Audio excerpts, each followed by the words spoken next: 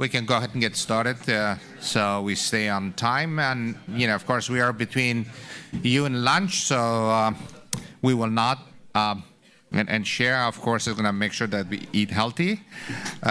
So the next session is non-alcoholic fatty liver disease treatment and care. I'm Zubair Nasi from Falls Church, Virginia, right outside Washington, D.C., and I'm here with the famous Dr. Jörn Schattenberg, does not need introduction. We are going to actually go through the debate. The only change in the program is that Steve Harrison is going to try to give his talk via Zoom. I think he's a very busy man, so hopefully we'll see him with the technology. So the first debate will be introduced by Jörn. Go ahead, Jörn. Yeah, so thank you. Lunch is a good lead over because we're going to be discussing a very interesting topic.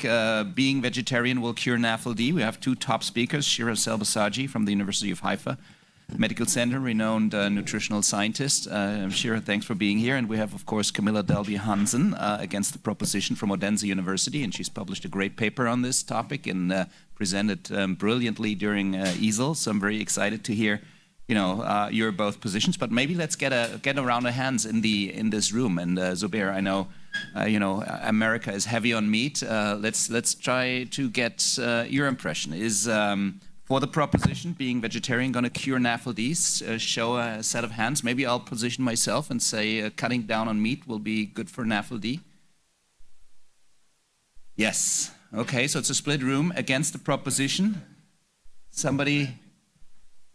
Yeah, there's a little bit of minority. So Camilla, you have to live up to your expectations. Let's get started. Shira, the floor is yours.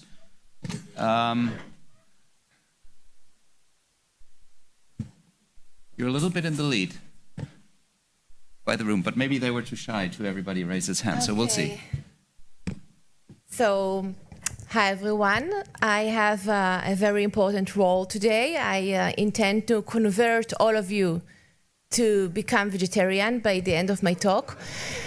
And I'm sure I'll be perfectly successful, at least for the next 15 minutes.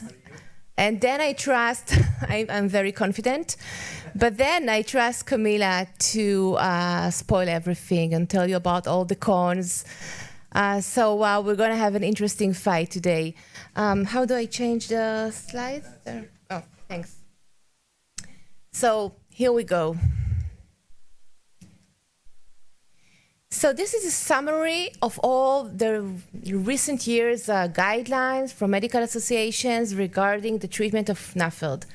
And you can see very common recommendations for all guidelines. So we know that weight reduction is the first-line treatment, the most important one, but we also know that dietary composition is important by itself. And all these guidelines recommend Mediterranean diet and low saturated fat diet, and we know that meat is a very common source for saturated fat as well as cholesterol, which is also relevant to this talk. So they recommend Mediterranean diet. What is Mediterranean diet really? Mediterranean diet is actually plant-based diet. It's not vegetarian, but it's mostly plant-based with a lot of protein coming from legumes, dairy products, fish, and very little protein coming from red and processed meat. You can see on the top, you can see less than 2 servings per week of red meat, and it is recommended not to consume processed meat at all, but if you have to, then less than 1 very small serving per week. It is also a diet that is based on vegetables, legumes, biodiversity and seasonally traditional, local, eco-friendly products. Cutting short, plant-based diet. And indeed, there's a lot of evidence supporting the importance of meat consumption in NAFLD. So this is a summary meta-analysis of observational studies. And you can see that red meat is related with increased chance of having NAFLD, while nuts, which characterize Mediterranean diet, and plant-based protein are related with reduced risk of NAFLD. And if you look at the circle, you can see the red part is harmful foods. So you can see that red meat is there together with sugar beverages, whereas the green and the gray area represents foods that are either good or neutral to NAFLD. And you won't see any red meat products there.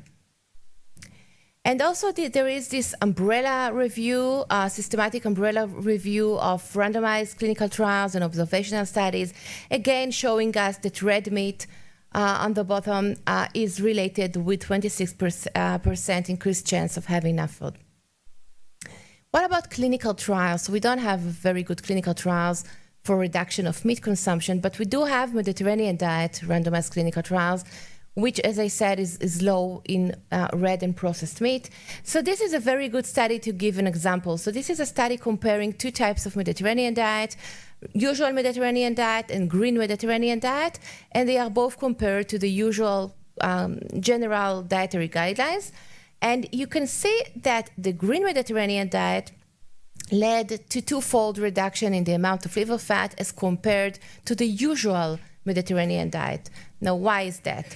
The green Mediterranean diet is enriched with polyphenols, green plants, green tea, and walnuts, and it is also reduced further in red and processed meat consumption. So they almost didn't eat at all red meat for 18 months.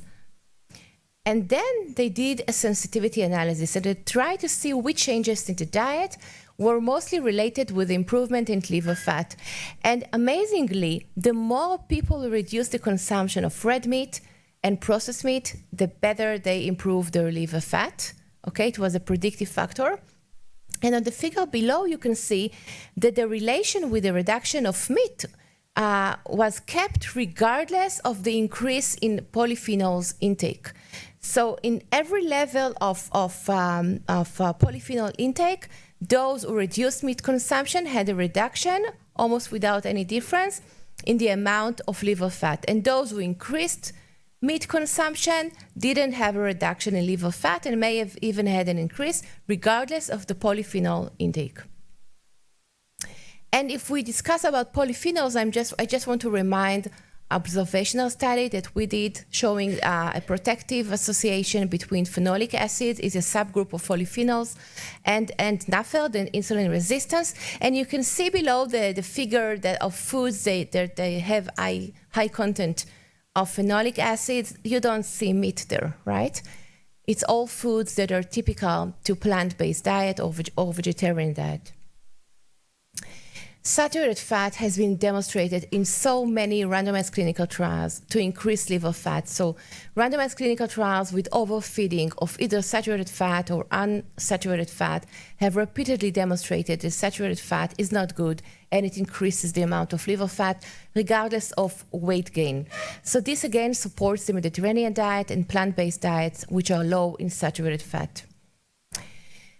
So some more evidence about meat consumption and NAFLD. This is a study we did, a prospective study with about 7-year follow-up with Dana, which was my PhD student, doing this study. If you wake up Dana in the middle of the night and ask questions about this study, she will be able to answer everything. So we had a couple of hundreds of people followed for 7 years. And we looked at their meat consumption at 2 time points and also at fatty liver at 2 time points. And we divided them to people who constantly had low consumption of meat, and especially red and processed meat, those with stable consumption and those with increased consumption, constantly high consumption, and those who had incidence of fatty liver or persistent fatty liver. And what we show here, that meat consumption was constantly high meat consumption was related with incidence of NAFLD or persistent NAFLD. But when we look specifically at the types of meat related to NAFLD, it was not poultry. It was actually red and processed meat that were related with persistent or incident NAFLD. And we also looked at meat consumption as compared to significant fibrosis measured by FibroScan, and we found that those with constantly high consumption of processed meat having fourfold increased chance of having significant fibrosis at follow-up.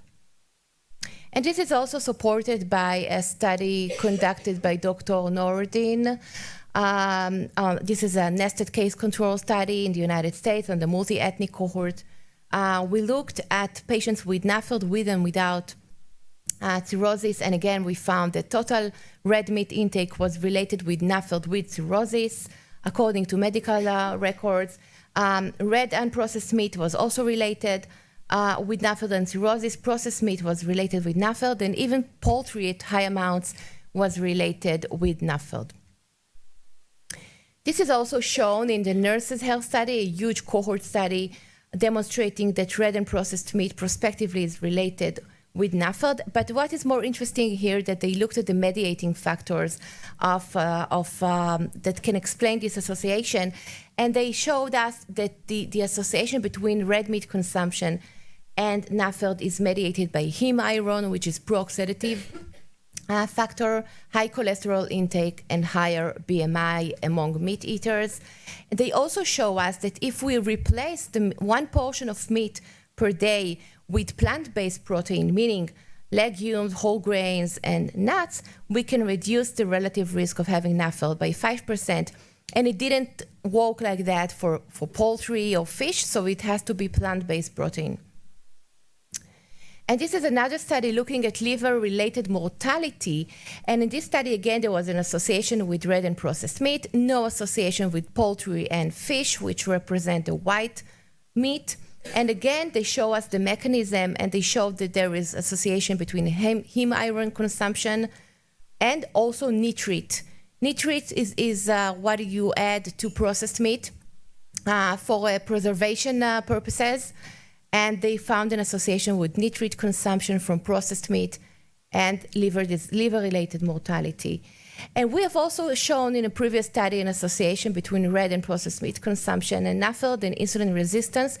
But more importantly, in this study, we looked at the preparation of meat, how you prepare the meat. It also impacts the health effects of meat. We have shown that if you fry the meat or prepare it on a barbecue on a very well done level, you burn it a little bit, you get the production of heterocyclic amines, and you get the production of advanced glycation end products, which are also harmful. And if you want an example, you can look at Aegis advanced glycation end products, these glycotoxins, which are related to insulin resistance, inflammation, and NAFLD. You can see that this is very high in meat, especially if you prepare it, if you barbecue it to a level of well done and very well done. And the king of Aegis is the fried bacon with huge amount, because it's got the beautiful brown color. This is the Maillard reaction, meaning it contains huge amounts of advanced glycation end products. You don't see these values in vegetables or dairy products, right? And banana, of course, has the lowest amount. There are no clinical trials really showing the effect of vegetarian or vegan diet. There is only this study, but it's not really a fair comparison. This is a 16-week randomized clinical trial showing the effect of vegan diet on weight reduction and liver fat reduction, but the comparison was to no treatment. So I have to say it's not a fair comparison. If you do choose to become vegetarian, you need to do it wisely.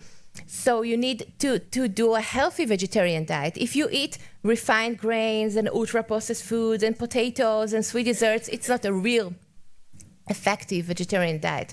So you can say in this study that if you have unhealthy vegetarian diet, your risk of having NAFLD is similar to the one of meat-based diet. But if you have a healthy vegetarian diet with whole grains, fruits, legumes, nuts, vegetables, then you have a reduced chance of having NAFLD. And let's talk a bit beyond liver. We all want to have long life, right? So this beautiful Eat Lancet project shows us that if we all eat low meat diet, it's not vegetarian, but very low amount of meat protein, almost no red and processed meat, a lot of vegetables. This is the Eat Lancet recommended diet. We will save globally 11 million adult deaths per year, 20% of mortality globally. And we are way far from that. I mean, in most countries and regions, we overeat red and processed meat much more than recommended. And looking at type 2 diabetes, this is a twin disease to NAFLD. This ecological study shows us the incidence of type 2 diabetes, and it shows us that it is attributable to suboptimal meat intake. You can see the third food on the list that leads to attributable risk for incident type 2 diabetes is excess intake of processed meat, and then it follows by red meat. So more than 20% of the risk of incident type 2 diabetes is attributable to red and processed meat consumption. This is a meta-analysis of prospective cohort studies showing us that high meat intake is related with type 2 diabetes incident, especially red meat and processed meat, not poultry and not fish. And this is a study looking at ultra-processed food consumption, 3 cohort studies in the United States. Ultra-processed food consumption, yes, it is related with NAFLD incidence, but then they looked at different food groups within the ultra-processed food consumption. And you can see that animal-based products, which are processed, are related with higher risk of having NAFLD, whereas, for example, dairy products, which are ultra-processed, are not related with increased risk of NAFLD. And again, nitrates in the food are related not only with liver-related mortality, it is also related with the incidence of NAFLD. Nitrates are mostly found in processed meats, as you can see on the left. Where do nitrates as additives in foods come from? Mostly the ones who are added to processed meat. And again, you can see a dose-response association between nitrates added to meat and the incidence of type 2 diabetes. And other outcomes, breast cancer, colorectal cancer, ischemic heart disease, type 2 diabetes, all combined together. And in this beautiful meta-analysis, we can see that high meat consumption, high red meat consumption, which is unprocessed in this meta-analysis, is related with the combined outcome of cancer, ischemic heart disease, and type 2 diabetes in a dose-response manner. And also, we need to discuss the relation with the hepatocellular carcinoma. This is a summary of foods that are preventive and foods that are related with increased risk of HCC in prospective studies and meta-analysis. You can see meat is related, red and processed meat is related, especially processed, with HCC incidence, while plant-based diet is related with reduced risk. And more specifically, we look at a summary in this table. You can see fish and poultry is unrelated with HCC risk, whereas red meat, processed and unprocessed, and high cholesterol intake are related with increased risk of having HCC. What do medical associations have to say about it? This is a very recent dietary guidance by the American Heart Association, and look what they're saying. Choose healthy sources of protein, mostly protein from plants, legumes, and nuts. And if you have to eat meat, then do it sparingly. The American Cancer Society guidelines say that processed meat is carcinogenic. Unprocessed red meat is potentially carcinogenic, probably carcinogenic. And we don't know if there is a safe level of consumption for either red or processed meat, and therefore they recommend to minimize its consumption. And finally, a WHO critical review on plant-based diet and their impact on health, sustainability, and environment. And they say that excess meat consumption places a huge burden on healthcare systems, 240 million euro per year. It's the healthcare cost attributable to higher, too high red and processed meat consumption. And they remind us that you don't need to be a vegan. You can choose very different forms of vegetarian diet. You can be lacto-vegetarian, you can be lacto-ovo-vegetarian, pesco-vegetarian, which is what I am. And they even go further and remind us, and this is my take-home message, that you can be semi-vegetarian or flexitarian. I like the term flexitarian. We can be flexible in many things in life, so also in vegetarian. and you eat mostly plant-based diet, but then from time to time you also combine meat if you feel that you need it. So this is my take-home message, actually. And thank you. Thank you, Shira. This was a brilliant and strong for the proposition. So we'll invite Camilla Delby Hansen to the podium to take the opposing role. Camilla, thanks for being here and giving us your position. It's there. Hi, everybody. Good punch. So my name is Camilla. Thank you for inviting me. Really been looking forward to this. I come from Odense, Center for Liver Research. And as you know, I'm the devil's advocate today. So which one do I push? The middle, not the big one, okay. So why do we even have this discussion today? Everybody knows here that the diet has huge potential in improving NAFLD, type 2 diabetes, obesity. However, we really face some barriers. We talked about it yesterday. We do not know how to implement this in a successful way.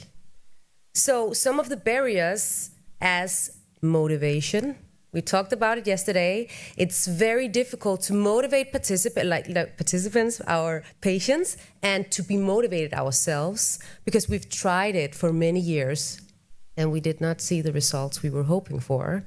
So what is the solution to this? I do not have it, but I know that we should not kill the motivation. So let's go. I have one disclosure. So I discussed this presentation with a vegetarian.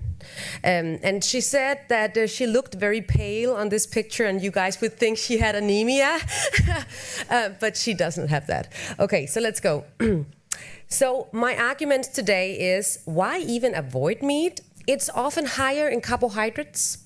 Is it even superior? Micronutrient deficiency and adherence. So let's go. So Shira already told you very beautifully, she'd done this study. Red and processed meat is associated to NAFLD and insulin resistance. We do not want to eat that. Okay, you really made it clear. But what about poultry and fish? So this is just to show you a quick overview of the components. And I just want to highlight that fish especially is very high in mono and polyunsaturated fat sources and especially essential vitamins and minerals. So of course, all of these three meat sources is very high in protein, and if you are a vegetarian, you do not eat any of these. So it's of course lower in protein. However, this study, very nicely done, 3-month study comparing a high protein diet compared to a control diet. I just want to highlight that the high protein diet resulted in lower liver fat. So this was a cool trial where they provided all the foods to the participants for 3 months. Okay, so do vegetarians like protein? No, they don't. They can eat their protein from these sources, especially from dairy and from eggs and legumes. But most of the legumes are high in carbohydrates. So vegetarians will have a higher carbohydrate intake. And this leads me to the next point. So we did a study in my unit, a randomized control trial, looking at a low carbohydrate, high fat diet, compared it to the opposite, a very high carbohydrate or like a high carbohydrate and a low fat diet. So let's look into it. This is just an overview to show you it's a 6-month intervention. We did dual biopsies and we had a follow-up visit. So when we were done, we told them, go home, live your lives, come back in 3 months and we'll see how you do. Okay, so both diets were calorie unrestricted. They had to eat until they were full.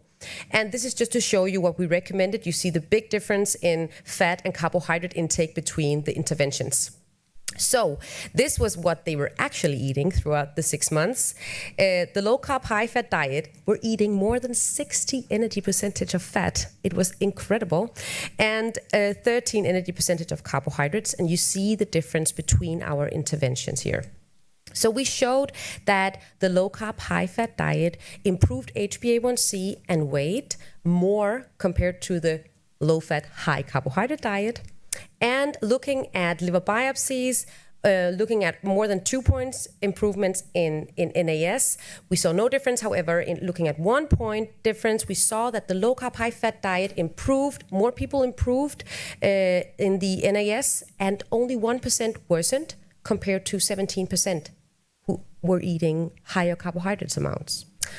Okay, so this is a very nice study, one of my favorites. It's a meta-analysis looking at 50 different trials, dose response of carbohydrate intake. You see in the low bottom what happens when you reduce your carbohydrate intake, and you can see when you reduce it, you reduce HbA1c, body weight, blood pressure, triglycerides, and your HDL increases.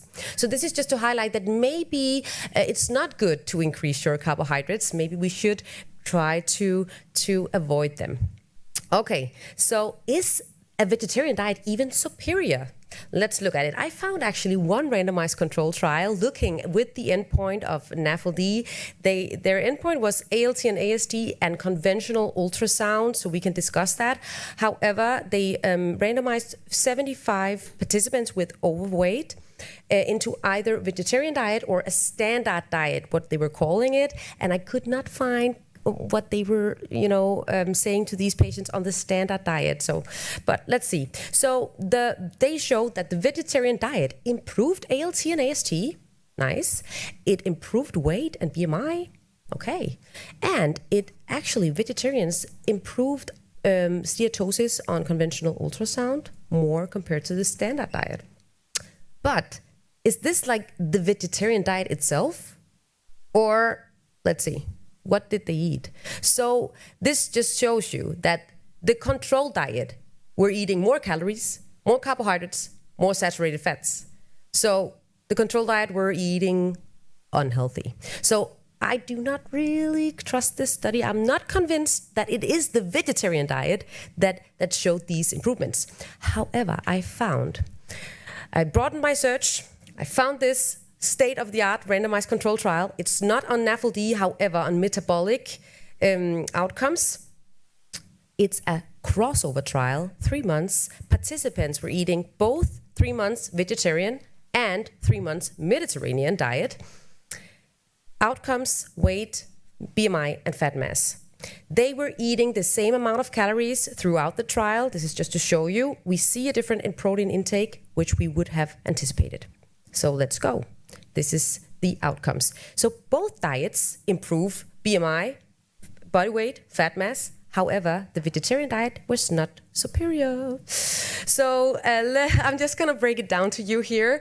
Let's look at the biochemical parameters. So let's see. So the vegetarian diet, they decreased their red blood cell count, hematocrit, and vitamin B compared to the Mediterranean diet. And these they go together, because if you lack B vitamin, you will have difficulties in the formation of red blood cells, and this is why patients can get anemia.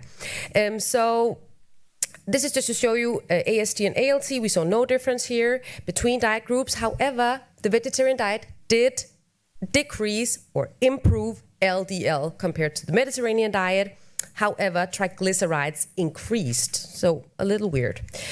Okay, so this leads me to my next point, micronutrient deficiency. So these are just like the 4 major components we need to be aware of, especially vitamin B12. It can lead to weakness, anemia symptoms, people feeling tired, and neurological symptoms. They can feel depressed and have difficulties in concentrating and stuff like that. So it's very important to be focused on this. And this study showed that 50% of vegetarians actually lack B12. So it's really a thing.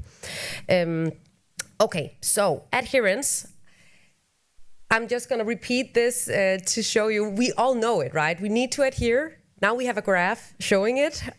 So the follow-up visit I talked to you about before, you see here that if you do not adhere, your results will approach the baseline levels, or okay. So in our study, we saw that food on the go was a problem and social gatherings. So when people have to say, I'm a vegetarian, I cannot have people that they don't like that. Many people do not want the attention, you know, so it can be difficult. You need to put yourself out there and be a vegetarian, and it can be difficult for people.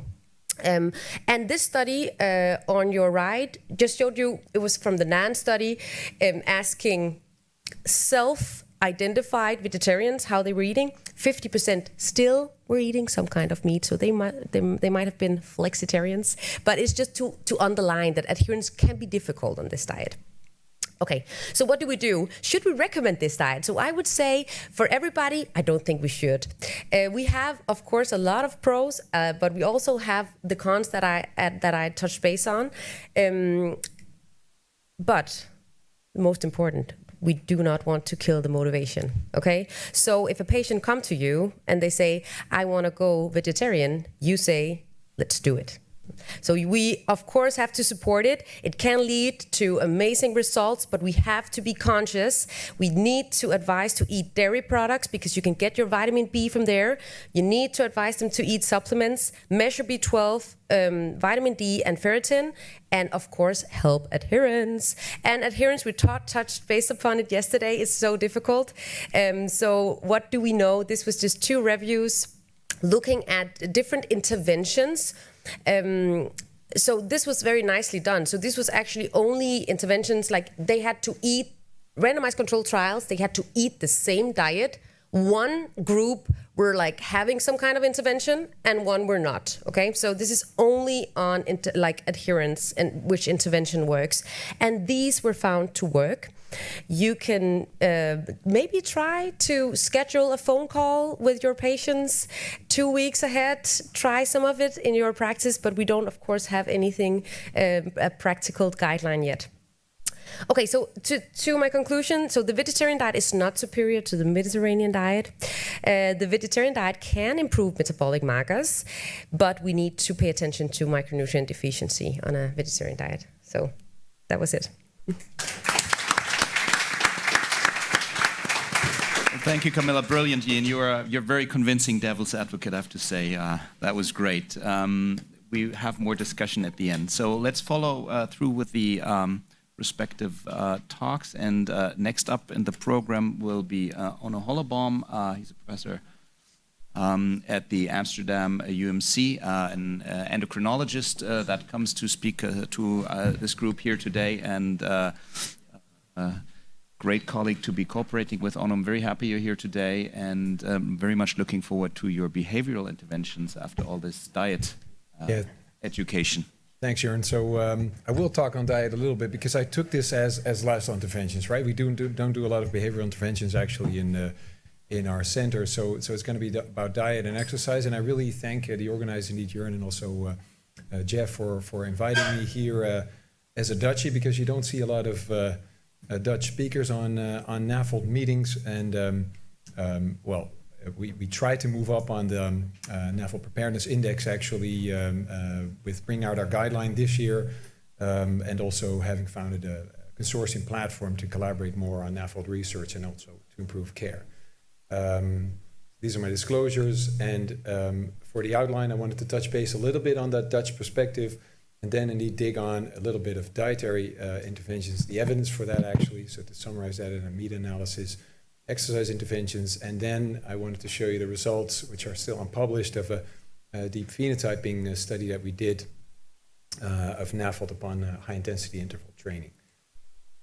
So about this NAFLD in the Netherlands, so why don't you see a lot of Dutch speakers at NAFLD meetings? Maybe at first we thought we were a little protected from it because we have this perfectly flat country and everybody bikes around it. And what we also have, and I don't know why from a marketing perspective, but what we do have is very tiny supermarkets. And I found this one publication, not very scientifically, that there is a strong linear association actually between the obesity percentage in a population with Netherlands ranking almost at the bottom left or at the bottom left. And actually the aisle length in supermarkets, in England and the US, they're very large. You can see a British example on the bottom right. So talking about the obesogenic environment, we thought this might be relevant, but of course we woke up to reality, and NAFLD is very prevalent in the Netherlands, as I will show you, because this obesogenic environment is creeping up on us. On the left, you see actually the hospital where my wife works, also as an internist, just north of Amsterdam. You see the McDonald's right in front of the hospital. And actually also, and maybe, well, I can't point it out, but on the top right of the Google Maps print screen, you see a super large supermarket, so an Albert Heijn extra large. So those are getting there. And in my center, the academic center in Amsterdam, which is in the south of town, there's also this strip of fast food restaurants. So the obesogenic environment in the Netherlands. So we wanted to know about NAFLD, and we actually published this in HepCom last year, looking with very simple proxies, so fatty liver index and FIB4, in a multi-ethnic cohort in Amsterdam with more than 10,000 participants. And what we found indeed is that there is a high prevalence of indicators for hepatic steatosis, over 25%, and in the type 2 diabetics this was over 50%, so really kind of like countries around us and also the global prevalence. And indeed these indicators for fibrosis were worse with increasing obesity and type 2 diabetes. What we also observe, and I see that in the clinic, and I know that there's clinicians around the NASH clinic that I run together with the hepatologist, and I know that there's clinicians around who also echo this, that there's differences in ethnic background and the degree of NAFLD, or at least the patients that you see. So there's a large population of Ghanaian, so sub-Saharan African inhabitants actually in the area where my hospital is, and we don't see them in the NASH clinic, where we do see a lot of patients with, for instance, Turkish background or South Asian background. So very much echoing these interesting observations and calling for genetic research, of course. We've developed our own care path study and daunted a little bit by the Graupera paper and the absence of correlation of FIB4 and LSM with FibroScan. We just do them all three in the first visit if there's a risk profile for, so FibroScan, FIB4 and ELF actually, if there's a clinical risk profile for NAFLD NASH. And this is actually done by Stan Driessen, an MD PhD student in my group who's present here and who will talk in a bit actually. And despite having my multidisciplinary NASH clinic for 6 years, we're still daunted or actually surprised by these figures, because what was under the radar is still very striking. So we only needed to screen a number of 4 to find one patient in this first 150 patients since November that we did in this care path study, to find one patient with likely advanced fibrosis. And there's also referrals from GPs coming in, and there the number needed to screen is only 8. So really echoing the data that were found in the Camden and Islington paper, for instance, by Manolis Tsoukatzis. So NAFLD is we're not protected as Dutchies from NAFLD, not at all. So moving into the topic of the talk, this is Vera Hutu, who will present her PhD thesis, or defended actually in 2 weeks, a Finnish PhD candidate who has moved on from my group to be a postdoc back in Finland again. And she wanted to know, because we're finding these fibrotic patients, what can we do with the cornerstone of treatment for these patients, the lifestyle interventions? What's the evidence for the guideline advice that's given, and what are the metabolic and histological effects? So that was the main topic of her thesis, and she did a systematic review actually of randomized controlled trials with dietary interventions performed according to the state of art, so with Prisma and Prospero, and in the databases that you can search for. They had to be RCTs, and there couldn't be a combination with exercise, which really limited the search. So we ended up including 8 trials actually, with a total of 499 patients, not including the trial of the previous speaker, because that wasn't published back then. But what we found actually were 4 trials with a hypercaloric diet and 4 with an isocaloric diet, mainly the Mediterranean diet. And I don't explain the details because you've heard that in the previous talks. And what we found is that on average, the hypercaloric diets gave about 3 kilos of weight loss, whereas the isocaloric diets did a little worse, 2.2 kilos of weight loss only.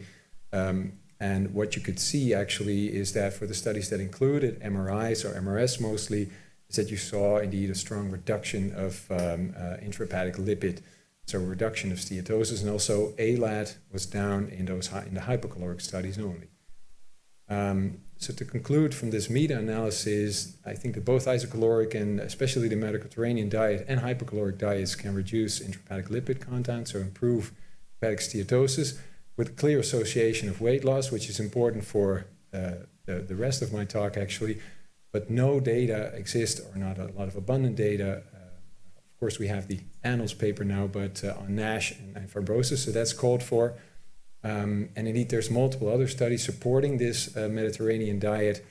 And what's also interesting, what I found interesting from the literature is this hypocaloric diet study with positive results on liver by Haufe in 2013 actually, which shows, and you can see that on the right, that despite weight regain after ending the diet, the liver effects, the intrahepatic liver effects retained or remained. So that's kind of interesting and also promising. Another diet that is advocated, but we need more data on that, is intermittent fasting. I have some patients actually doing that by themselves, and they sometimes respond quite well. And some mouse studies actually also show promising intrahepatic lipolysis in these studies, but we need more data and more controlled studies there as well. So moving on to exercise, so the other component of lifestyle interventions. Again, we wanted to know what's the evidence for this. We did another search, and there couldn't be a combination with dietary intervention. I'm not going to show you the table of this topic actually, because there were 24 trials that were included in this meta-analysis, so too much to show. 18 were RCTs and 6 were non-RCTs with a total of 1,014 patients and a variable duration of 4 to 26 weeks of those exercise interventions that were done. 11 had moderate intensity continuous training, which is, for instance, 5 times a week, 30 to 60 minutes on a treadmill at 45 to 55% of your VO2 max. And there were 7 studies included that had high-intensity interval training, actually. For instance, 3 times per week, 45 to 60 minutes of cycling, and also rest intervals included, and intensity of exertion perceived according to the Borg rating. And also 6 studies had a combined approach, actually, or other approach, such as sprint interval. For all, to go short, for all these MICT or high-intensity interval training studies, a regression of steatosis was shown, actually, as you can see in this forest plot, which only includes the studies with MRI, but also the ones that had ultrasound actually showed a regression. So a pretty consistent finding. And this was associated also with a reduction in body weight, as you can see in this forest plot. And even further, we saw reductions of ALAT, gamma GT, and also HOMA-IR by this MICT and HIIT. And this was indeed correlated to the body weight reduction, so the intrahepatic lipid reduction correlated to the extent of body weight reduction. So to conclude, very simply, from this quite large systematic review, both MICT and HIIT can decrease hepatic fat. And this really relates to the weight loss and reduction in HOMA-IR, but there's a striking lack here of studies assessing NASH and fibrosis. But this finding is indeed backed up by an earlier publication from Keating et al., who actually summarized earlier studies in JAEP in 2012. So moving on to our own study, because we saw this lack of histological evidence and investigation of NASH and fibrosis upon exercise intervention, we designed a study in which we deeply phenotype NAFLD upon high-intensity interval training. This is still submitted, actually, so unpublished work. And what we did, and this was also done, the main study actually of Vera Hutu's PhD, and a little bit hampered by COVID-19, of course, in the numbers of inclusions, and actually also by the IRB, we were denied a control arm. So what we did is a 12-week high-intensity interval training of 3 hourly sessions per week with home-based low to moderate intensity aerobic exercise. In addition to that, we were able to include 15 patients from my NAFLD clinic. And what we did at baseline and at 12 weeks were liver histology and RNA-seq for the deep phenotyping, MRI, multiparametric, and FibroScan. And also we did, and that's also what Vera did, muscle biopsies and adipose tissue biopsies, so quite a strenuous protocol for the participants. And of course, we tested for VO2 max. So patients had to be between 18 and 70, have a diagnosis of NAFLD based on liver histology or FibroScan or conventional ultrasound or MRI. Their BMI had to be below 40, especially for the bikes actually that we used and also the MRI scan. And exclusion criteria were pretty standard. They had to be fit enough, so cardiorespiratorily, and they couldn't have other causes of liver disease. And I'll give you the rest of the exclusion criteria. To go to the results, what we show is that there was good adherence to the protocol. So high-intensity interval training improved cardiorespiratory fitness by 2.4 points, and also it improved mitochondrial metabolism in skeletal muscle. So you see a lot of gene expression changes in this volcano plot, and most changes were actually related to mitochondrial electron transport and also the Krebs cycle. For instance, MTCO2 and SDHB genes were differentially expressed after exercise intervention. What we also observed were alterations in adipose tissue gene expression upon high-intensity interval training, and the top hits are actually involved in adipose tissue beiging, that's CPA3, and also C1q TNF3, which is an adiponectin homolog, so probably indicating improved insulin resistance of the adipose tissue. Then looking at the anthropometrics and also the metabolic lab, those were, quite disappointingly actually, mostly unchanged upon this high-intensity interval intervention, with the visceral fat volume showing a clear decrease, but total body weight or BMI were not affected actually by this exercise intervention. You do see a trend down in ALAT, but that didn't reach significance, maybe due to the small sample size. Then moving on to the primary outcome, of course, so the multiparametric MRI and liver histology, so the NAFLD endpoints. And quite surprisingly, but maybe not quite surprisingly because we didn't see any weight change, we didn't see a change in steatosis, NASH, or liver fibrosis upon this histological assessment, and also not with multiparametric MRI. LSM with FibroScan actually showed a downward trend. And these findings kind of contrast what was found by O'Gorman, an Irish study that also did histology before and after exercise intervention. That group actually had a 2 kilogram weight loss, so that might be an important distinction. Here you see those differences graphically. Again, no changes in steatosis, lobular inflammation, hepatocyte ballooning, or fibrosis, at least not significantly. And what caused this, I think, and this we see with dietary interventions and also in the pharmaceutical trials for NAFLD, of course, are these large interindividual differences in response. This is MRI-PDFF, and you see hyper-responders losing about 10% of their liver fat, and you see patients who actually increase in liver fat upon that exercise intervention. And of course, we wanted to know, does this correlate to a delta caloric intake? No, it didn't. And actually, the caloric intake on average remained unchanged in these patients. So that's what we found. Interestingly, we also looked at RNA-seq of livers, of the liver biopsies. We saw quite, indeed, fitting with the histological data, quite a limited effect of high-intensity interval training on liver gene expression.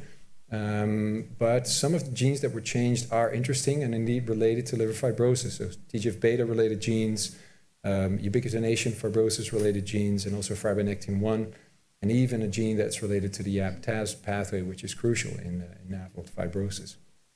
So some potential early changes, but nothing on the histological or imaging level.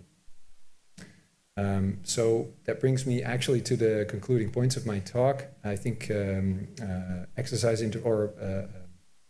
lifestyle interventions in NAFLD, this deep phenotyping study with high-intensity interval training actually shows maybe, or actually I want to put that forward, that if you induce no weight loss, you won't see an NAFLD reduction despite potential metabolic improvements. I think the PDFF data show large interindividual variation in response to high-intensity interval training, which puts forward the notion that you might need to combine exercise and dietary interventions with indeed a focus on weight loss.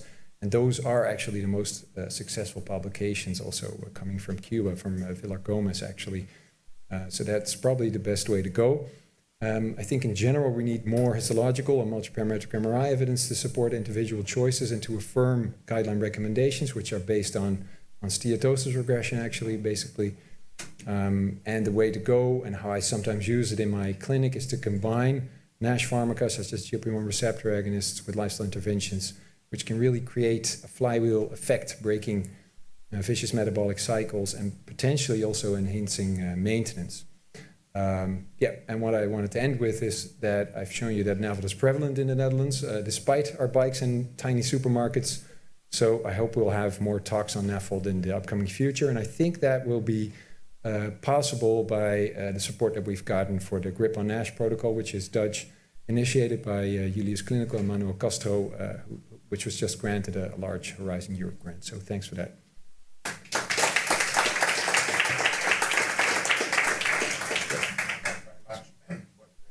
I think we're going to go ahead and go to the next speaker, who's actually recorded his talk, Steve Harrison.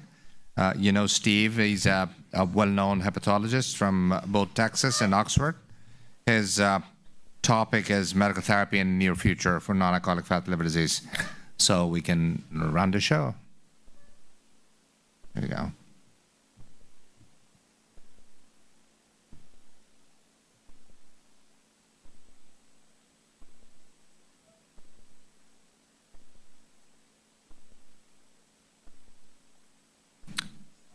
Sound is not coming. Have the opportunity to present today, and the title of my talk is Medical Therapy in the Near Future. It's such an exciting time to be a part of this field and non-alcoholic steatohepatitis, as we are literally on the forefront of new therapies for this disease. So let's jump right in. So when we talk about developing therapies for NASH, it's important to have at least a conceptual understanding of the pathogenesis of NASH. And here, I think the focus is what I have on the left-hand side of the screen. The schematic on the right just kind of illustrates how all of the drugs that are in development today are targeting these pathogenetic principles. But it generally revolves around this idea that toxic fatty acids are causing damage to the liver. So the main form of excess energy supply is fatty acids, and this comes from free fatty acid flux from adipocytes or from de novo lipogenesis. And this leads to lipotoxic stress, which ultimately leads to liver injury. And we see that in the form of endoplasmic reticulum stress, mitochondrial dysfunction.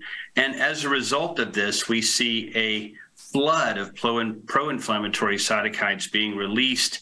This leads to activation of stellate cells and further injury to hepatocytes. So there is a whole lot of activity going on in and around, the architecture of the liver within hepatocytes. There's immune cell dysfunction. There's adipocyte dysfunction, stellate cell activation, and on and on. And as you can see on the right, this gives us an opportunity to target multiple different areas that allow us to get at the heterogeneity of this disease. And at the end of my talk, I think what you'll see is where we're headed is combination therapy, because we want to get after as many of these targets as we can to try to shut down the disease as many different ways as possible. The other concept that's important to realize is the higher up in the cascade that we can have an effect, the better we're going to be downstream. So let's back up a minute and talk about why do we want to target therapies in this particular disease? Well, we know that this is a huge problem.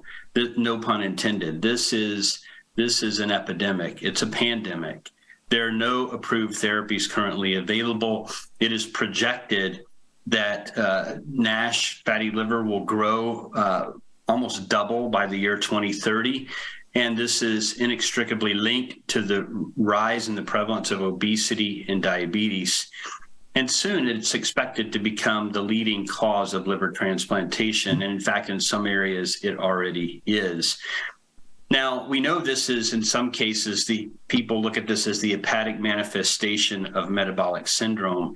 And on the right, you see what this is linked to, all the different components of metabolic syndrome, from diabetes to hyperlipidemia to obesity, etc. So this doesn't live alone. Fatty liver generally is associated with other metabolic syndrome conditions, and it can progress over time. So what we often talk about is 20 to 30% of fatty liver results in NASH, and 20 to 30% of NASH results in progression to cirrhosis over time.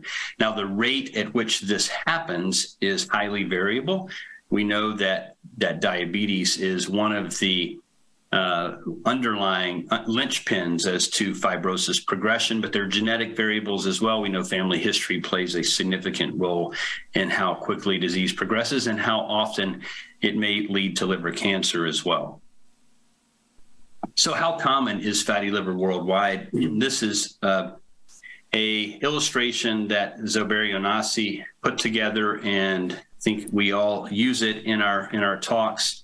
And I've combined diabetes and general prevalence of fatty liver. So if you look on the top part of the circle, that's the prevalence of fatty liver in the region, and it ranges from 13.5% in Africa. We know African Americans have lower rates of both NAFLD and NASH, all the way up to 32% in Middle Eastern countries. In North America, we think around 24%. Now, on the bottom half of the circle is the prevalence of fatty liver in type 2 diabetics. And here we know that it tends to be much more common.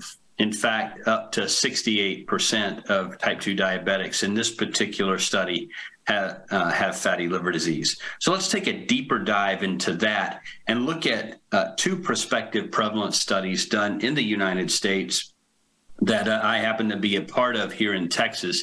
The first one was 328 patients who were enrolled prospectively. When they presented for routine colon cancer screening, they all thought they had a very healthy, normal liver. And when they presented for colon cancer screening, I asked them if they would like to know their liver health. And if they signed consent, then we move forward with taking a detailed history, excluding patients that drank alcohol, any previous history of fatty liver, other liver diseases. And at that point, we did a right upper quadrant ultrasound. And if that showed fatty liver, we offered a liver biopsy. Now, patients didn't have to do the liver biopsy, and many of them did not. What we know from those that did is that the prevalence of NASH on liver biopsy, prospectively defined in an asymptomatic population that was not referred for liver disease, was 12.2%. Of those, about 2.7 had F2 to F4 disease. Now, fast forward about 7 years, maybe 8 years, right around that time frame to 2015. We did the same study again in the same population of patients being referred for routine colon cancer screening. We doubled the number of patients, but this time we brought in additional non-invasive tests. We did MRI PDFF, MR elastography, multi-parametric MRI CT1, FibroScan with CAP, liver function test, etc. And if those met thresholds for what we would call today NASH or at-risk disease, we offered liver biopsy. What we see is the prevalence of NASH is about the same, between 12 and 14%. But there was a huge increase in the number of people with more advanced disease. In fact, about 119% increase in this relatively short period of time, validating some of the modeling data done by Estes and colleagues back in 2015. So just moving forward, if the prevalence of disease, and particularly those with more advanced disease, is increasing at an unprecedented rate, what does that mean? Well, what it means is that we're in trouble.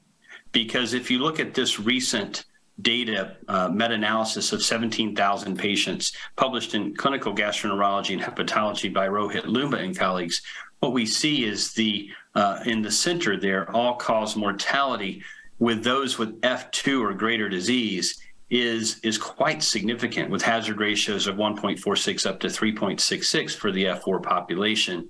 And if we look at liver-related mortality on the right in the orange, that's even more significant, where we have hazard ratios of 4 all the way up to 15.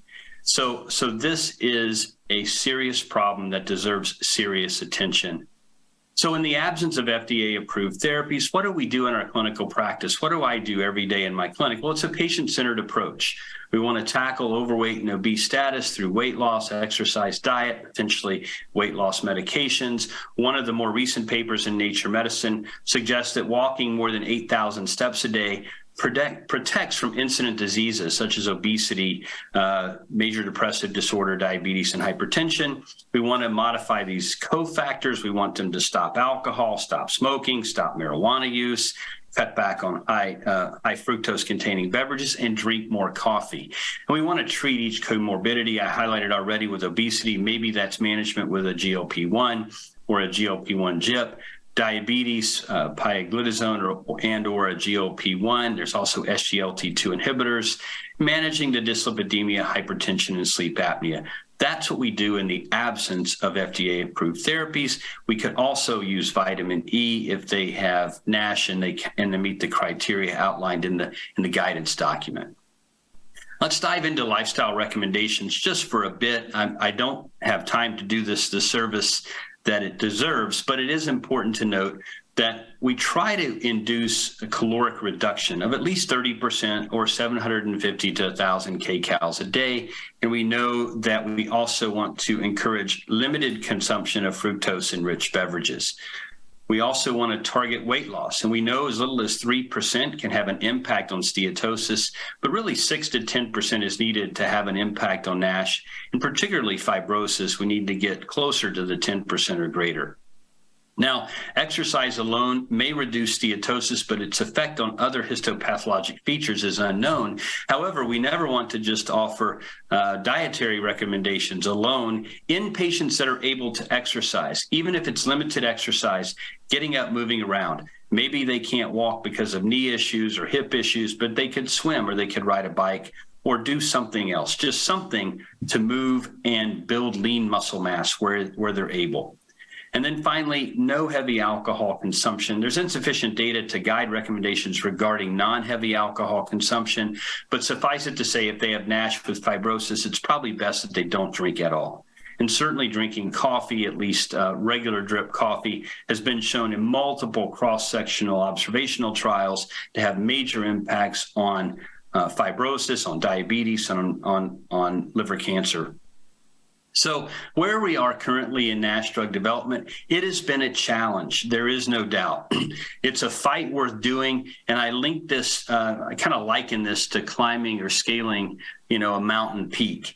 The base camp is phase 2 liver biopsy trials. We've got a number of those a number of these drugs are in studies in phase 2 liver biopsies, from tirzepatide, which is Mounjaro, which is a GLP-1 GIP.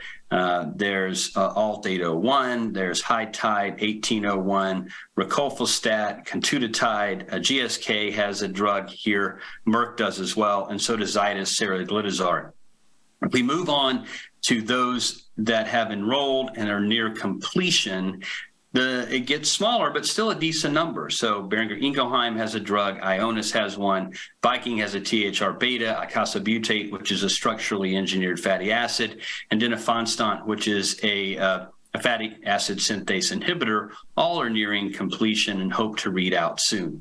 How about those that have recently read out? Well, there's Poxel, PXL065, I'll talk about in a bit more detail, pegozafermin from 89 Bio and FGF21, and efruxifermin, another FGF21 from Akero. We'll highlight some of that data in this presentation.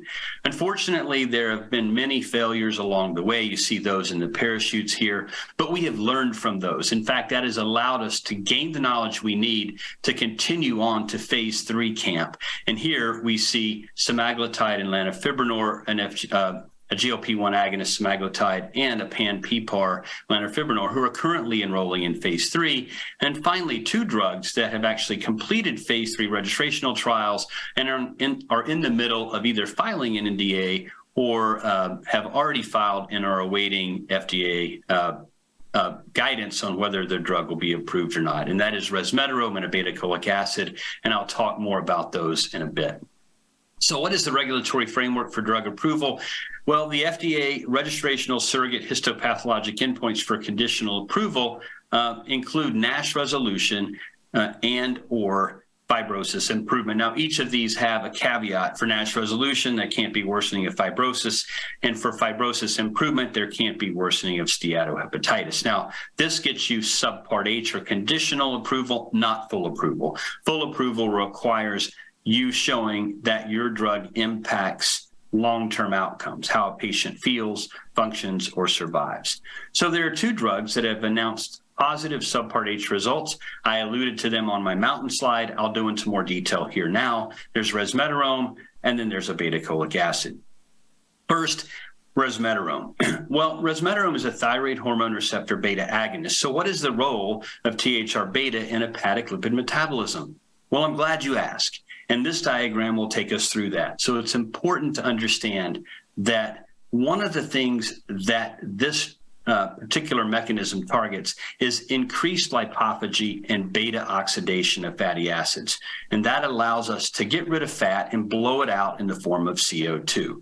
And we see that here illustrated below. Now, it also enhances the breakdown of old or senescent mitochondria. We call that mitophagy. And in doing that, that allows healthier mitochondria to come online and begin to work more efficiently. And then finally, but in addition, we want to reduce reactive oxygen species and inflammation. And we know that THR beta has a big role in doing that inside hepatocytes. And then finally, we want to talk about how there's increased cholesterol clearance as a result of THR beta activation. So, and we see that illustrated here. So those are the four ways in which THR beta works inside the liver. So when we think about resmetirom, it's a THR beta agonist. And you see again illustrated on the cartoon on the left, the same mechanisms I just illustrated previously, so I won't go into them here. But I will say that based on the proposed mechanism of this particular drug, a phase 2 trial was performed in patients with NASH and fibrosis. And what we saw was a lowering of liver fat by MRI-PDFF, resolution of NASH by histopathology, a lowering of LDL cholesterol, as well as triglycerides. So based on this, the company decided to take this drug to phase 3. Now, this was a very robust phase 3 program. In fact, 4 different phase 3 trials have either been completed or are currently in enrollment. The first is Maestro NAFLD 1. This is a non-invasive trial that looked predominantly at safety and tolerability as measured by the incidence of adverse events over 52 weeks in more than 1,200 patients. That trial has completed, and it met its primary endpoint of safety and tolerability. Now, many of those people were offered a chance to roll over into the open label extension trial for 1 more year of therapy. In fact, more than 700 patients have done that. And the goal there is to continue to accumulate safety data over now a 2-year period of time. Now, the registrational trial that allows for subpart H approval is this histopathologic study or histopathologic-based study looking at NASH resolution or fibrosis improvement on serial liver biopsies at 52 weeks. Now, these patients will continue on in an outcomes trial, and that is ongoing. What I'll talk about today are the initial results of the subpart H endpoint. More recently, a well-compensated cirrhotic trial has been launched. This is an event-driven clinical outcome trial to decompensated cirrhosis, and this trial is just getting underway. Now, in total, more than 1,500 patients at the top dose of 100 milligram and 2,000 patients on at least 80 milligrams have been incorporated into this phase 3 program to support accelerated approval. So what are the results of that Maestro NASH program, the subpart H approvable study? Again, 2 endpoints, NASH resolution and or fibrosis improvement of at least 1 stage. You see on the left for NASH resolution, a nice dose-ordered response with a treatment effect delta over placebo of 20% for the high dose. Both doses were highly significant for NASH resolution without worsening of fibrosis. On the right, fibrosis improvement of at least 1 stage without worsening of the NAFLD activity score. You see 14% for placebo, 24% for low dose, 26% for high dose, both highly significant compared to placebo. So both endpoints were hit for this particular drug. Now, what about safety? Very, very important. It's all part of the therapeutic index in drug development, not only efficacy, but safety and tolerability. And here we see a very even distribution of serious adverse events. There were slightly increased adverse events with 100 milligram dose of resmetirom at 7.7%, in looking at study discontinuations for adverse events, and this tended to be GI-related diarrhea or nausea. But overall, it was well tolerated. The adverse events were consistent across the programs, and these adverse events of diarrhea tended to be mild, more loose stool-like than diarrhea, and not necessarily lifestyle limiting in the vast majority of patients. It tended to occur early and get better over time. There was mild nausea noted more often in women than men, and generally in the first 12 weeks of therapy. So let's move on to obeticholic acid. This is an FXR agonist. FXR receptors are nuclear hormone receptors that have a central role in bile acid synthesis and modulation of metabolic pathways. And in trials that have been done with obeticholic acid, it has been shown to hit its target. It blocks the rate-limiting enzyme of conversion of cholesterol to bile acids, that's CYP7A1. It also inhibits de novo lipogenesis via SREBP1 inhibition. It induces intestinal FGF19 and also has effects on free fatty acids and lipotoxicity, which ultimately result in reduced cellular inflammation and fibrosis within the hepatocyte. Now, when we look at the phase 3 trial results, I show you the primary endpoint here, and this is really looking at two different methodologies. So on the left is the original methodology read by two different pathologists, each read half of the data. You see here placebo 11.9% for fibrosis improvement without worsening of NASH, the 10 milligram dose 17.6, high dose 23.1, giving you a treatment effect delta of around 11%. This was highly significant. On the right is the new methodology. The same patients reread using a newer methodology where you have three different pathologists read and you gain consensus. Here you see very, very similar results in a very dose-ordered response, 9.6 for placebo, 14.1 for 10 milligram, 22.4 for placebo. So very, very encouraging. It doesn't matter how you slice and dice it, the drug comes out positive on fibrosis. Now, we look at safety, which is very, very important, particularly for this particular mechanism. We see whether you look at placebo, 10 milligram, or 25 milligram, there is a slight increase in gallbladder disease. We know this drug induces gallstones over time, but more importantly, from an SAE perspective, there's no increase in pancreatitis and only a modest increase in gallbladder disease. We'd see more of this in the 25 milligram group, however, where around 2.5% versus 1% for low dose and 0.7% for placebo.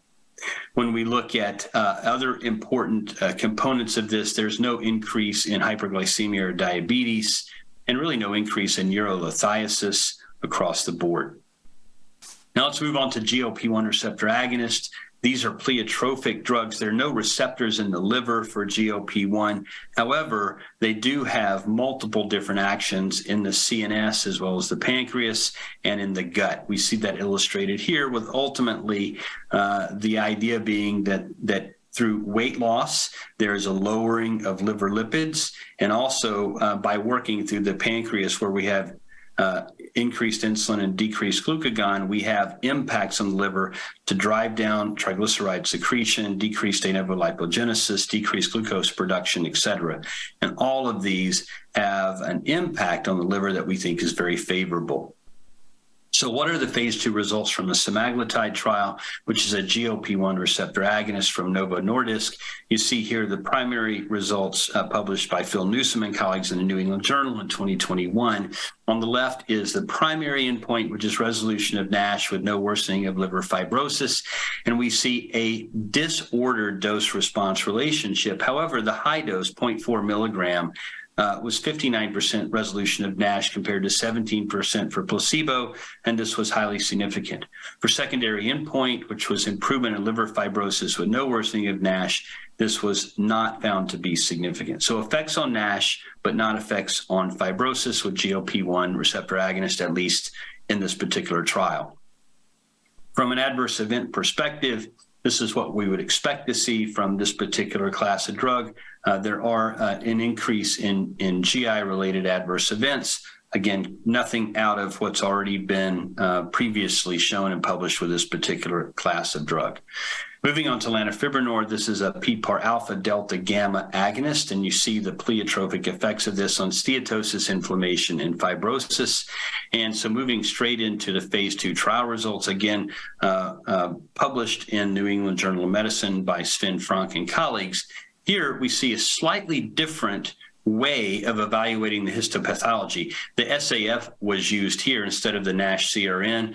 But looking at a reduction of greater than or equal to 2 points in the SAF activity score with no worsening of fibrosis, you see 49% for high dose versus placebo, 27%. That was significant. When we look at the secondary endpoint, which was improvement of at least one stage of fibrosis and no worsening of NASH, again, significant for the high dose, 42% versus 24%. And then looking at a secondary endpoint of both resolution of NASH and no worsening of fibrosis, hit with both endpoints here in a dose-response relationship, 45% for high dose, 19% for low dose. So very, very promising. Both of these drugs I just mentioned, semaglutide and lanifibranor, have now moved on to phase 3. From a safety perspective, again, well tolerated across the board. The one thing we're going to have to focus on here is that 1,200 milligram dose, which was carried forward into phase 3. And that is looking at peripheral edema and weight gain because of the PPAR gamma effect of this drug. We'll need to look at that carefully. This trial was 24 weeks. The phase 3 trial is 72 weeks. Don't believe there really are any other major adverse events to keep an eye on here. Slight increase in diarrhea and fatigue, as well as some nausea, again, consistent with this particular class of drug. Now, just some novel drugs that are in earlier phase development. These are FGF21s. I do believe they have the potential to be a mainstay of therapy in NASH. FGF21 is an endogenous metabolic hormone. It regulates glucose and energy expenditure. However, its half-life is very short, less than 2 hours. So drugs are being developed really predominantly to extend this half-life to get more of an impact related to what this drug does if you agonize it. So this is efruxifermin made by Akero. It's a once-weekly injectable, and this is the phase 2 results recently presented. It has not been published yet. But when we look at the primary endpoint on the left, which is fibrosis improvement, you see a dose-ordered response relative to placebo with a 21% treatment effect delta with high dose, and on NASH resolution, 76% versus 15%. So very, very positive here. We look at pegozafermin, another FGF21, results recently. Top-line data should be presented at EASL this coming June in Vienna. You see fibrosis improvement on the left. Again, dose ordered, 22, 26, 27% versus 7% for placebo, or a 20% treatment effect delta for fibrosis. On NASH resolution, there is not a dose-ordered response, but all of these are significant relative to placebo. Of note, the placebo rate is really industry-leading low at 2%. PXL065 is a deuterium-stabilized single stereoisomer with the idea here that they want to take pioglitazone and remove the enantiomer that's linked to adverse events, focus on the enantiomer that's linked to the positive impacts, and double down on that positive R enantiomer. So this is 2R enantiomer stabilized with deuterium to maximize the effects of pioglitazone. And we see here one of the secondary endpoints from their phase 2 trial was improvement in liver fibrosis with no worsening of NASH. Now, again, not a dose-ordered response, but there is a 50% response in the 15 milligram group relative to 17.4 for placebo. That was very close to significant. So this is phase 2. Company has not announced at this point that they're moving into phase 3. So let me give you very quickly my perspective on non-cirrhotic NASH. What you see on the top are the drugs that are in phase 3. The bottom are drugs that with phase 2 biopsy results that I talked about here today. And first of all, safety and tolerability. Most of these are mild to moderate. Some are more tolerated than others. If it's an injectable, they tend to carry slightly more adverse events that are GI related than the oral agents. So the oral agents I listed here, resmetirom and PXL065, generally give you a slightly better safety and tolerability profile over injectables. Lanifibranor I have in the orange as well, just because we're a little concerned about the weight gain. Hopefully that doesn't pan out over time. But if we break this into fibrosis improvement, insulin sensitivity, NASH resolution, and lipid benefit, where do all of these drugs fit? Very quickly, resmetirom has effects on lipids as well as NASH resolution. It's yet to be seen. And they also have benefits on fibrosis, but there are no effects on insulin sensitivity. So I couldn't put this quite in the middle. It's hitting 3 out of the 4. Obeticholic acid has improvements on fibrosis alone, not on lipids, NASH, or insulin sensitivity. Lanifibranor does hit all 4, so we'll have to keep an eye on this very positive compound in phase 3. Semaglutide has impacts on insulin and NASH, but not on fibrosis or lipids. And PXL065 impacts on insulin sensitivity because of the PPAR gamma effect of the drug, or at least PPAR gamma-like effects working through mitochondrial pyruvate carrier complex, and impacts on fibrosis, but not lipids or NASH. Efruxifermin and pegozafermin, both FGF21s, have impacts on all 4. So I'd like to end there and say thank you for your attention. I'm sorry that this was a quick drive-by, but there's so much going on in this field, and I'm happy to have shared what I know with you today in regards to this. Thank you. So thank you, Stephen, for this recorded presentation. We have 2 oral abstracts speakers left, and then we'll go into the discussion with all the speakers. And I believe Stephen Harrison will be able to join us online. We'll figure this out at that point then. So the first abstract is going to be presented by Mr. Gabriele Castelnuovo from Torino. He's been working in the group and department of Elisabetta Bugianesi, and the poster got selected. The abstract that was submitted got selected for oral presentation. It's entitled "Social Jet Lag and Mediterranean Diet Adherence Are Associated with Liver Fibrosis in Patients with NAFLD." Please, Gabriele. Thank you. Thank you for your introduction. I'm Gabriele, and I'm a nutritionist and a PhD student of the University of Turin. So this is my presentation. So very briefly, NAFLD is the most common cause of chronic liver disease, and its prevalence is increasing and now stands at 38% of general adults population. Its treatment is based on the acquisition of a healthy lifestyle, based on the adherence to the Mediterranean diet and physical activity leading to weight loss. And we know that NAFLD is a multifactorial disease, and sleep disturbances are common in patients with NAFLD and also may interact with other factors. So sleep pattern, in fact, may influence circadian rhythms, which are endogenous to our body and play an important role in our biological function. And here on your left, we can see a schematic representation of the organization of circadian rhythm.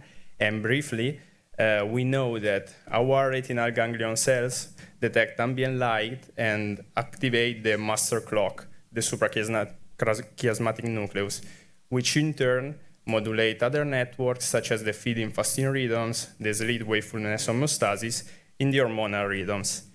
Animal evidence show that a desynchrony in the circadian rhythm may increase the risk of NAFLD pathogenesis by increased lipid dysregulation, oxidative stress and inflammation, and through impaired glucose tolerance. And also, in a cross-sectional study with 172 adults from the OBRA study, a poor sleep quality was associated with increased BMI and waist circumference and a lower adherence to the Mediterranean diet. So our daily lives are controlled by 3 clocks. The first one is the social clock, which is the local time. Then there's the sun clock that exists in Earth, establish its rotation, and the biological clock, which is our circadian clock, which needs environmental signals called Zeigerbergs, I think is the correct pronunciation, to synchronize its own rhythm in tune with the environmental one. Example of Zeigerbergs could be the light, the darkness, or also the artificial and blue light.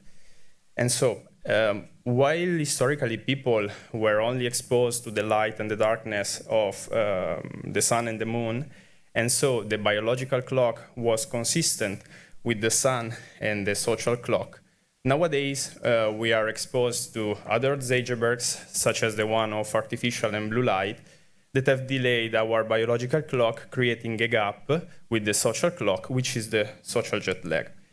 To better understand this concept, let's make an example of a person who during work days goes to bed at midnight after maybe working or watching television and wake up at 7 because of work. But on the 3 days, this person still goes to bed at midnight, but wake up at 12. By watching these slides, it seems that this person traveled through several time zones, from work days to 3 days and to 3 days to work days. And so this discrepancy between the social and the biological clock is the social jet lag and is a circadian dysynchrony. And for this reason, the aim of this work was to investigate the impact of Mediterranean diet and social jet lag on the risk of severe liver fibrosis in individuals with NAFLD. Our patients was a cohort of 148 patients with a diagnosis of NAFLD by ultrasound. All of them underwent the assessment of liver fibrosis by FibroScan, where severe liver fibrosis was defined by liver stiffness values higher or equal than 8.8 kilopascal. All of them underwent the Munich chronotype questionnaire for sleep and wake behavior, which calculates the social jet lag as the absolute difference between the mid-sleep on 3 days and that of work days. And according to the median value of the score of the social jet lag, we define individuals with small and large social jet lag. And also, all these patients underwent the Mediterranean Diet Score questionnaire, and people with low and high adherence were defined by the median value of the score. Some data about the study participants. Briefly, the median age was 52 years old, the median liver stiffness 5.1, the median Mediterranean Diet Score 7, and 81 subjects have a large social jet lag.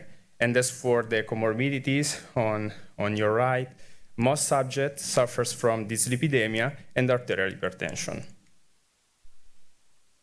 According to the risk of liver fibrosis, we saw that patients with severe liver fibrosis have higher values of glucose, triglycerides, AST, and GGT levels compared to those with mild or moderate liver fibrosis.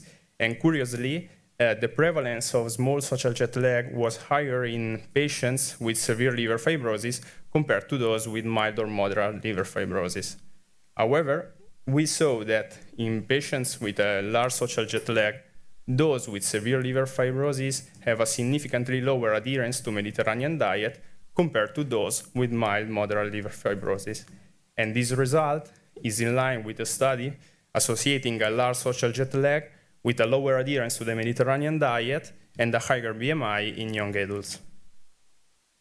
To achieve the objective of this study, we perform a logistic analysis for risk of severe liver fibrosis, and we show an interaction between social jet lag and the adherence to the Mediterranean diet. And particularly in subjects with a large social jet lag, we saw that those with a higher adherence to the Mediterranean diet showed a decrease in the risk of severe liver fibrosis.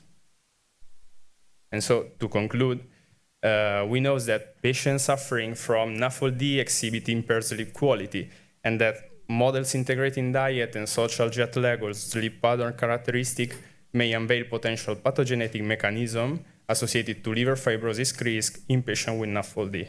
But further studies are necessary to better understand the impact of sleep disturbances in the pathogenesis and progression of NAFLD. So thank you for your attention.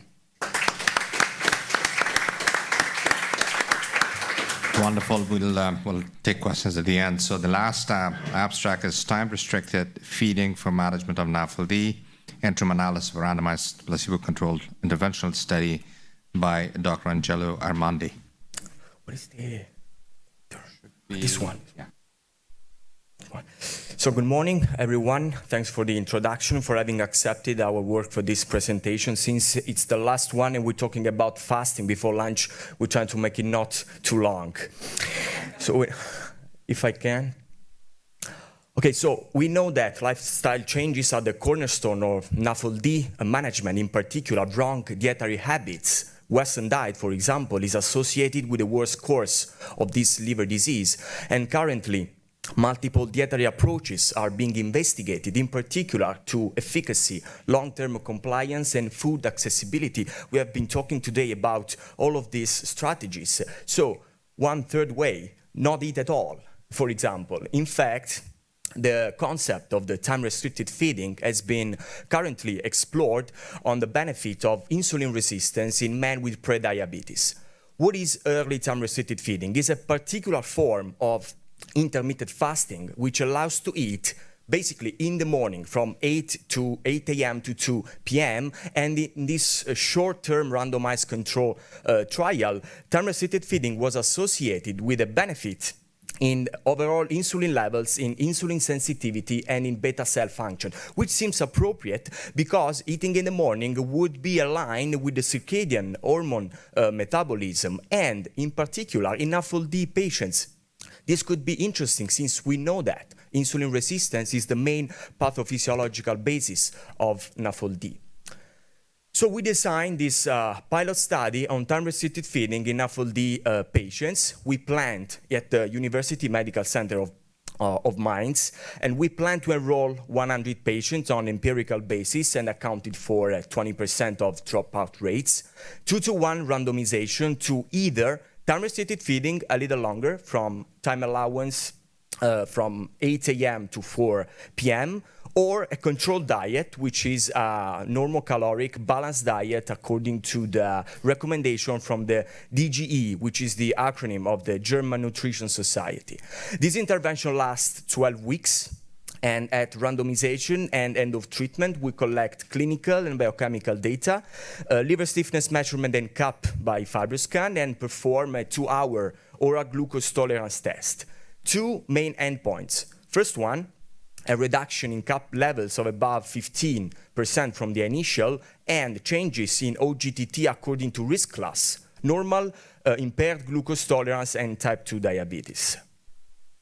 So very briefly, the inclusion criteria for this NAFLD population: liver stiffness below 12 kilopascal, CAP values above 275, BMI above 25. The exclusion criteria are the commonest in the NAFLD clinical trial. I just would like to point out that we excluded a patient with uncontrolled diabetes or with insulin-dependent diabetes. So far in this interim analysis, we screened for eligibility from the end of 2021, 45 patients, and considering the screening failures, we randomized 24 patients, 8 dropouts, 7 in the time-restricted feeding, 1 in the controlled diet. In the end, 16 completed the study, of which 10 to the intervention and 6 to the control.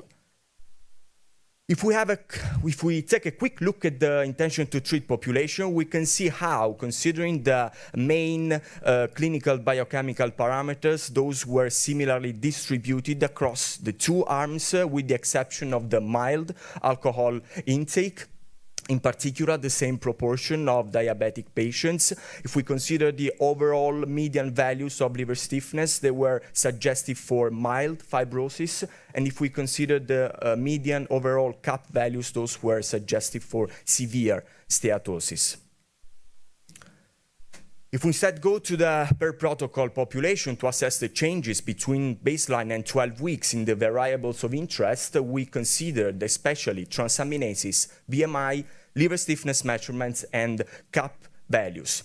And we can see that for both arms, no differences were observed from baseline to follow-up, apart from CAP changes only in the time-restricted feeding groups. In fact, here we observed a decrease of about 20 points from the initial, and this difference was statistically significant. But if we go briefly a little bit deeper into the CAP changes across the two arms, we can see that if we compare the 12-week CAP values between the time-restricted feeding group and the control arm, we can see that at week 12, lower CAP values are observed in the intervention arm, despite this not being statistically significant. And again, if we consider the delta CAP in both arms and we compare between the intervention and the control arm, we can see that the time-restricted feeding group showed better trends in reducing CAP values, with a delta leading to overall 6.3% reduction. Again, this not being statistically significant. And ultimately, if we consider the changes in OGTT, here you can see the distribution of the patient across the OGTT classes. In particular, we can observe that patients in the time-restricted feeding group in the highest OGTT class showed a higher proportion of changes between baseline to follow-up, ranging from 30% to 0%, superior to what we observed in the control diet. And overall, if we considered all patients in the time-restricted feeding group, we could observe that there was an overall improvement in the OGTT class without worsenings, as we can see from the Wilcoxon plots here. So getting to the conclusion, what we can say that this interim analysis of a pilot study exploring the impact of time-restricted feeding in NAFLD patients, a significant reduction in CAP values is observed after 12 weeks. A better trend towards CAP reduction was observed with a decrease in a value above 6%, and in 1/3 of cases, OGTT improves under time-restricted feeding without worsenings. Of course, this is a pilot study still running on. Larger numbers are needed to fully explore the potential role and the feasibility of this type of diet in NAFLD patients. Thank you for your attention, and I would like to thank my two scientific homes, the University of Turin and the University Medical Center of Mainz. Thank you.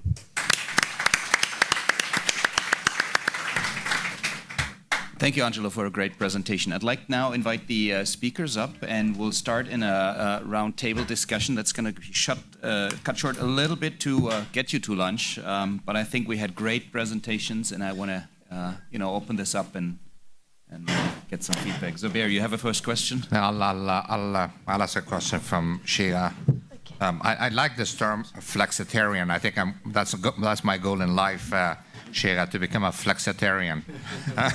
But tell us a little bit more about Mediterranean diet. I think both of you actually recommended that. Unless you move to Mediterranean area, which is also another goal of my life, how do you do this in South America or Latin America or United States when you have these sort of deserts of food issues within cities where you don't have even supermarkets, forget about the size. There is nothing there except for, Coke and high-calorie, very processed food. How do we do this to make an impact globally? The food deserts, it wouldn't help you whether you're vegetarian or vegan or meat eater. It's junk food and that's it. Whatever you eat is not good. So with food deserts, for someone who doesn't know, it means no healthy food around you. So just surrounded by junk food.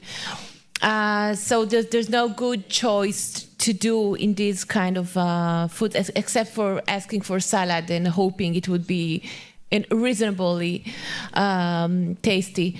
But in fact, we need to remember that vegetarian diet is not a vegan diet. Vegan diet is very restrictive. And me personally, I don't recommend vegan diet because it's very difficult to maintain and because it does have insufficient amount of iron and B12, and because a lot of vegan patients actually eat a lot of carbs. It doesn't mean it's a healthy diet. I have experience with vegan patients. They just eat carbs all day because they don't have enough protein sources. So what we are talking about is vegetarian diet that can be very flexible. It can be lacto-ovo containing dairy and eggs. It can contain, it can be pesco vegetarian, so it can contain fish and seafood. So actually, when you are flexible with a vegetarian diet, you do have a lot you can eat almost everywhere, okay, except the food deserts. Great. Let's get in the room and be reminded, everybody, there's a lot of questions, short answers, short questions, great faculty. Start with one in the back, I guess. And also Stephen Harrison is on the online. Hey, Stephen. Shira, this question is for you as a fellow dietitian. Thank you, everybody, for your presentations. I think I practiced for about a decade in a hospital in a diabetes center. And I think as much as we can have the science behind the different ways of eating that can be beneficial for health, whether it's intermittent fasting or the Mediterranean diet, I just wanted to touch base more on like intuitive eating, which is, I think, something that is really hard to train somebody to intuitively eat. But I think, like, personally, from what I saw and in my own personal life, I think that is one of the key things to lifelong change when it comes to diet. And I just want to hear your thoughts about how you think maybe we can implement more intuitive eating into nutrition programs, starting with children, because that's sort of when the food relationship starts to become really messed up. You mean that listen to your body, whatever it needs, eat when you're really hungry. So I think it's really important. And I think we do need to listen to ourselves. And it's part of the behavioral therapy, actually. Mindfulness and being aware of why you eat. Sometimes we ask patients, why did you eat? Was it because you were hungry? We have actually questionnaires. Or was it because it was more emotional eating? You were upset about something. And why did you choose these certain foods? Was it really your choice, or was it just the thing that was available? So we can fix it and not put enemies at home, right? If it's something that can be fixed. And so on. So it's really important. And yes, I agree also from childhood. The thing with people who suffer from obesity is that many times they tell me that the eating has nothing to do with the fact that they're hungry. They're never hungry. So they lost the connection between being hungry and eating. Would you like to comment on this? You also have experience with... Okay. Okay. Well, maybe it links to Gabriella's talk, where you showed us that social jet lag, which is getting up later on the weekend, as I understood, is linked to how you eat differently. Maybe just quick recap. I think that I would recommend to listen to follow the circadian rhythm, because it's like an hormonal fluctuation that help us to like manage nutrients control and intake. So I would say, okay, listen to our body, but without like eating at late hours or during night. So try to eat into the circadian rhythm window. Please, to the room.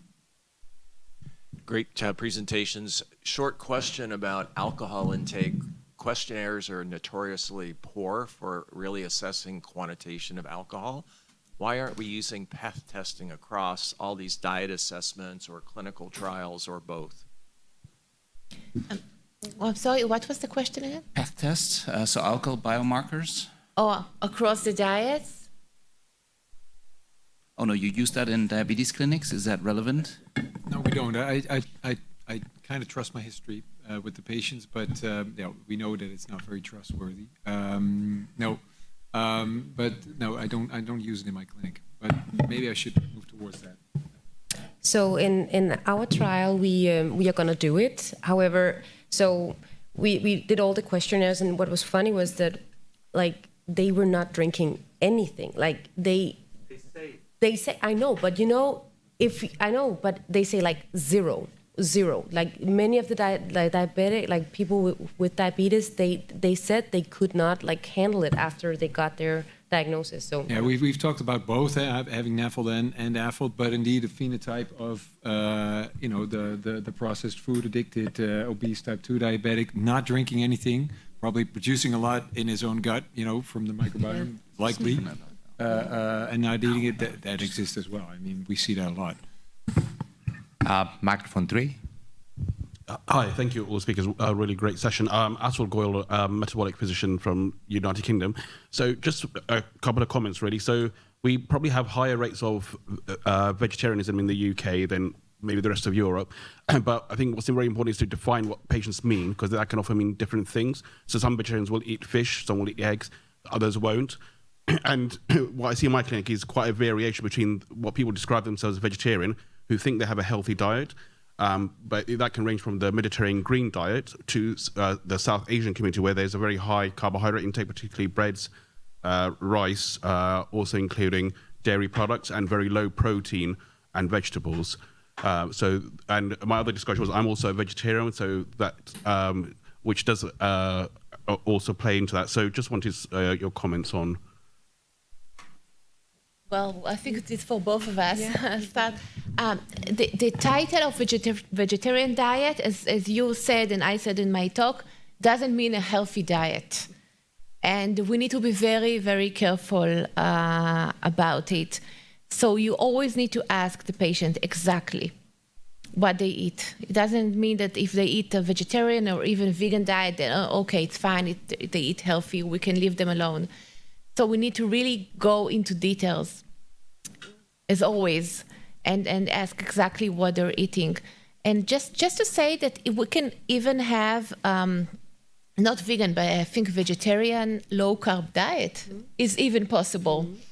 We actually built a sample menu in one of our publications in Liver International of low-carb Mediterranean diets. So it's almost vegetarian, but you can eat fish and eggs and dairy as the protein source and have a low-carb diet. Yeah, what do you think about it? Yeah, sure. So we had some in the trial who were vegetarians, and it is possible, but you really need to know your food.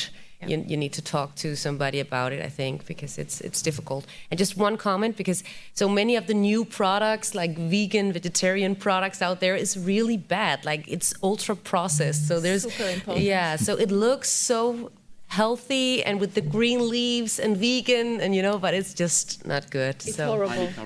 Highly caloric as Yeah. well. Yes, it's ultra processed food, exactly. All the substitutes to meat. The vegetarian substitute are actually ultra-processed foods. Hey, Stephen, why in clinical trials that you showed there is not one diet that's going to be recommended? If we are going to do this and also have drugs come in the sort of context of better lifestyle intervention, why are we not looking at that in all the clinical trials that you've shown? I mean, that's a great question. I think at the end of the day, the focus in drug development is trying to have a stable diet across the population. And as we talked about, what I've heard today is there's so many different diets trying to get people to follow a very specific, be flexitarian, as you mentioned, be able to flex to a certain type of diet that they're not used to eating in the setting of a clinical trial. It's challenging. I mean, it's already challenging in medical medicine to be compliant with it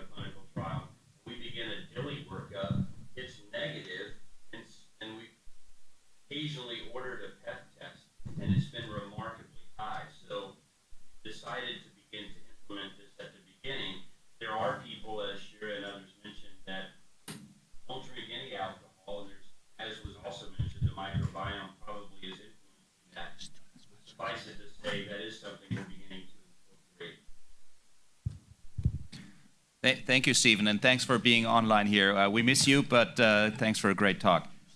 So we have time for 2 more questions. We'll go to 1 and 2, I think, and then we'll unfortunately have to break for lunch, or luckily. Thank you. Good talk. 4 very quick comments.